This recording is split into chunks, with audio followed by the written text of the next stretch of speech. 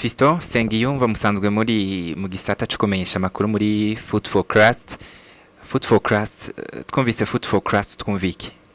Food for Christ ni ihiganwa mpuzamashengero ry'umupira w'amaguru aho tudakina nkuko abandi bose bakina nkuko ayandi mahiganwa yose asanzwe ameze, ariko dukina mu ntumbero yo kuvuga ubutumwa bwiza bwa Yesu Kristo biciye mu mupira w'amaguru. No kuvuga ishengero rimwe n'irindi barahura bagakina match, hanyuma muri uyo mwanya wo kurakina match mu barorerezi baza kuraba umupira n'abandi batandukanye baba bari ku kibuga, tukaronka kaje ko kubabwira ubutumwa bwiza bwa Yesu Kristo maze tugashisa intumbero yacu ariko biciye mu mupira w'amaguru. Food for Christ yatanguye ryari ga Fiston Sengiyumva? Food for Christ yatanguye mu 2007 niho ihiganwa ryatangura, niho havuka ico ciyumviro, hanyuma biratangura mu 2007 ariko ntivyabandanije ico gihe kuko vyaciye bimera nkaho mengo birahagaze gato, bisubira kandi kureprena cyangwa gutangura bushasha neza mu 2014, hanyuma mu 2015 hacaba ikibazo mu Burundi, ibibazo byari bihari vya manifestation bica bituma ihiganwa risubira kandi gutangura muri 2016. Rero kuva ico gihe 2016 ryaciye rinabandanya gushika uyu munsi tuvugana mu 2024, no kuvuga tumaze kugira edition zishika kuri 10. Nayahaye mashengero canke ni bande bemerewe kwitabira Food for Christ?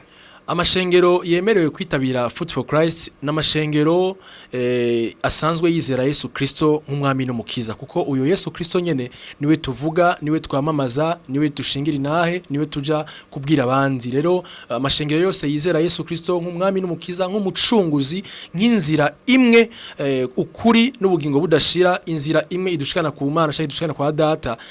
Abizera ivyo bakizera umubatizo w'amazi menshi, bakizera ko agakiza kabonerwa muri Yesu Kristo wenyene, abo onye turifatikanya nabo. No kuvuga umuntu wese ari muri uwo murongo turamutumira kwiyandikisha muri iryo shengero kugira ngo uwo Yesu yizera natwe twizera aze dufashanye hamwe twese hagati yacu canke twese hamwe kugira ngo tumuvuge, tumwamamaze, maze benshi baze kuri we, benshi bakizwe, benshi barungo ubugingo budashira.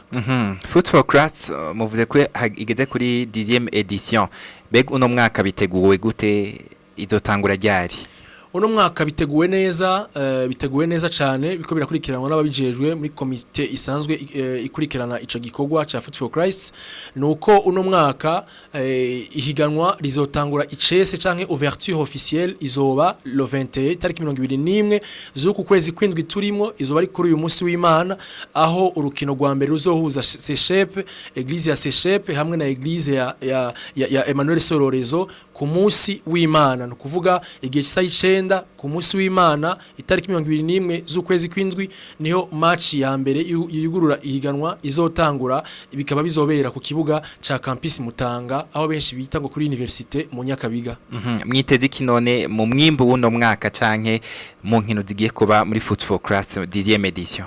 Ijambo ry'Imana ryo ritubwira neza ngo dukwiye kubaho turiho nk'abantu bafise ico biteze.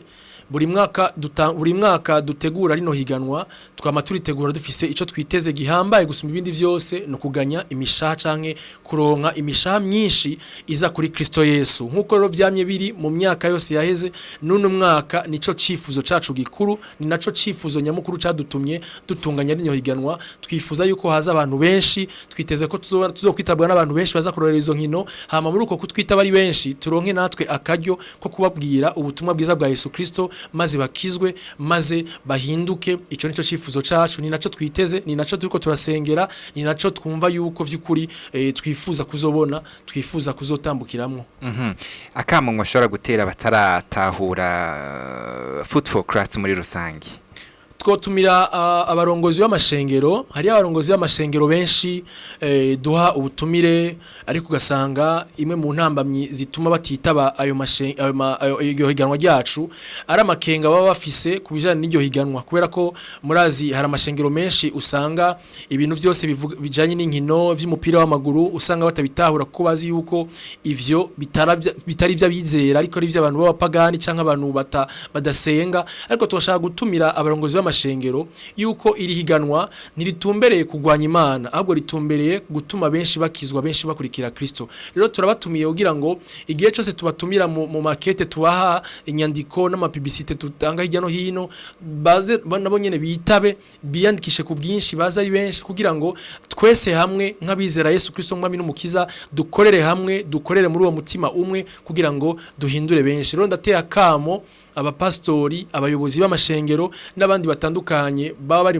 mu yandi mabango y'ibikorwa by'Imana baze bitabire kino gikorwa kugira ngo dushike ku mugambi w'Imana kandi dushise ico Yesu yadutumye aho Yesu yavuze ngo nimugende mu mahanga muhindura abantu kuba bigishwa banje ngo mubigishe kwitondera ivyo nabageze vyose. Rero dufashanye iyo mission kugira ngo dushike ku ntumbero y'Imana nico twaremewe hano kuri ino si nk'abakristo.